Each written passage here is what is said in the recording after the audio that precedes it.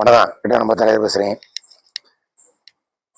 இன்னைக்கு முதலமைச்சர் road show ஆரம்பிச்சிட்டாரு மதுரையில். 25 கிலோமீட்டருக்கு பெரிய லெவலில் கை கால் எல்லாருக்கும் கைக்கு கொடுத்துக்கிட்டு பெரிய கை வீசி நடந்து பள்ளமாக போய்கிட்டு இருக்காரு.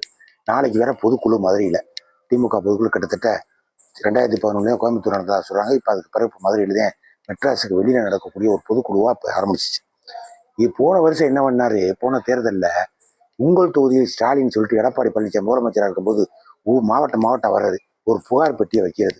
பட்டட்டோமா வந்து விட்டார் ஸ்டாலின், உங்கள் பிரச்சனை முடிந்து விட்டது, உங்களுடைய பிரச்சனை முடிந்து குளோஸ் ஆகிவிட்டது.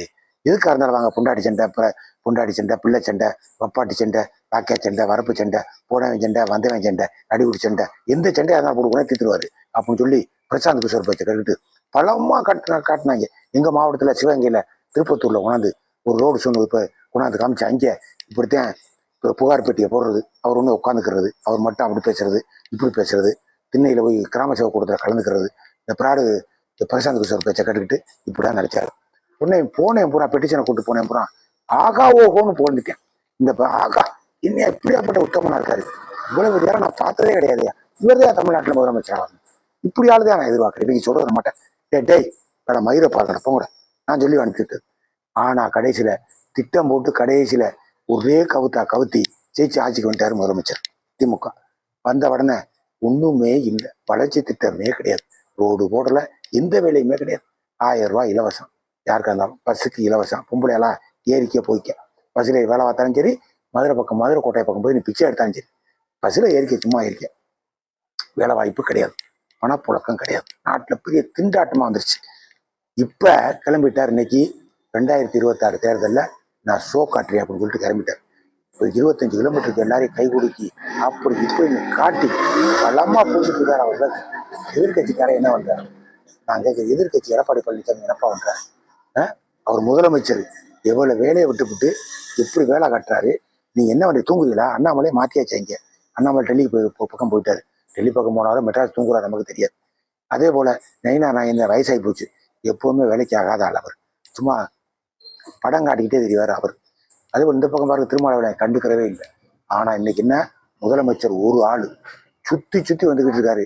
2026 தேர்தலை சந்திக்க தயாராயிட்டார். நாளைக்கு பொதுக்குழு மதுரையில தென் மாவட்டங்கள்ல இருக்கக்கூடிய தொகுதி எப்படி பிடிக்கிறது, அல்லது அதிமுக எப்படி பிடிக்காம பண்றது, இதுதான் அவருடைய திட்டமா இருக்கு. இப்ப என்னாச்சு, நாளைக்கு தீர்மானத்தை ரொம்ப பலமா ஆயிடுச்சு. கூட்டம் பலமானவன கேன்னு தர்றாங்க. எந்த பச்சையும் மதுரைக்குள்ளே போக முடியல, அப்படி ஒரு ஷோவை காட்டிட்டே இருக்கும். கடைசி நாளைக்கு இப்போ போடுற ஒரு மதுரையை சென்னையில 2வது தலைநகர் ஆக்க வேண்டியான சட்டசபை இங்க கூடட்டும், மந்திரி சபை இங்க கூடட்டும், அதெல்லாம் ஏன் ஆக்க மாட்டேங்கிறீங்க? சும்மா இன்னைக்கே ஒரு நாளைக்கு 50 வருஷம் கழிச்சு இங்க மதுரையில கொண்டாந்து பொதுக்குழு கூட்டிட்டா சரியா வருமா? உங்க திட்டம் என்ன? மதுரையே தென் மாவட்டங்கள்ல பிடிக்கணும், அது ரைட்டு.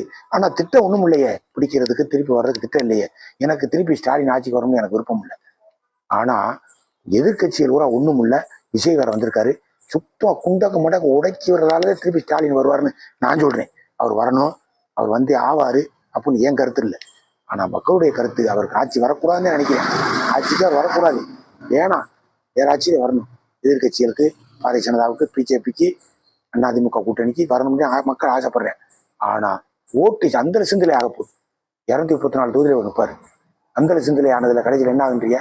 ஒண்ணுமே செய்ய முடியாது. இவர் ஆட்டோமேட்டிக்கா ஜெயிச்சுட்டு இருக்காரு.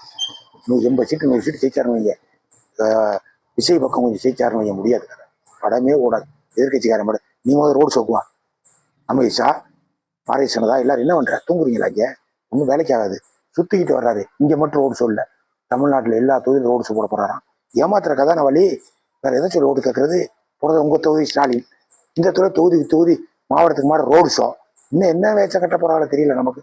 இவன் பூரா மரகண்டு ஓட்டு போடுறேன், பூரா கோமணத்தோ ஓடுறது வரைக்கும் விட போறது கிடையாது. நீ அவங்க ஒரு திட்டம் வைப்பாங்க, என்ன சொல்லணும்? இது வரைக்கும் யாரு இந்த தேர்தலில் ஸ்டாலினுக்கு தேர்தல் வகுப்பாளர்னு நமக்கு தெரியல, அவரும் சொல்லலை. அதே போல அதிமுக கூட்டணிக்கு வகுப்பாளர் யாருன்னு நம்ம சொல்லலை. காலப்போ இன்னும் கொஞ்ச நாள்ல எவனும் தூங்க முடியாது, ஓட்டு போற எவனும் தூங்க முடியாது, என்ன ஆக போகுதுன்னு தெரியல. அதனால திருப்பி எப்படி சுத்தினாலும் முதலமைச்சர் போய்கிட்டு இருக்க வேகத்துக்கு எதிர்கட்சியில அங்கே ஆளே இல்லை. அமித்ஷாவில இருந்து, மோடியில இருந்து, ராமதாஸ் அப்பன் மேல கூட என்ன சண்டை ஓட்டுருக்காங்க. என்ன சண்டை ஓடலைன்னா என்ன பாய்ச்சி பிடிச்சி போயிலோ, உங்களுக்கு எவன் ஓட்டு போட கையை கட்டி நிற்கிறேன் ராமதாஸுக்கு நான் தெரியாம, நீங்க சண்டை வேற ஓட்டுக்கிறீங்களோ? உங்க கட்சி இருக்கிறது ஒண்ணுதான், இல்லாம இருக்கிறது ஒண்ணு. கட்சியை கிடைச்சிடலாம் என்னை கேட்டா. அங்க என்ன இருக்கு கட்சியில? எந்த உயிரோட்டம் இருக்கு? நம்ம கட்சியில 3வது கட்சி என்ன கிழிச்ச கட்சி? என்ன எவன் ஓட்டு போட தாவிக்கிட்டு இருக்கேன் உங்களுக்கு? இந்த படமே ஓட்டிக்கிட்டு இருக்கிறான்லதான். அதனால திமுக போய்கிட்டு இருக்க வேகத்துக்கு இங்க உள்ள தமிழ்நாட்டுல எந்த கட்சியுமே ஈடு கொடுக்க முடியல. சுருக்கமா நட போட முடியல. போன தடவை அப்படித்தான். இப்ப என்ன, போன தடவை ஸ்டாலின் எதிர்கட்சியா இருக்கும் போது இப்படித்தான் ஊர் ஊரா கிராம போனார், பஞ்சாயத்து போட்டு தேர்தலுக்கா போனார். ஆனா எடப்பாடியால என்ன முடிச்சு, இதுக்கு நடக்க முடியல, முழங்கால பிடிச்சி நடந்தார். பார்ப்போம்.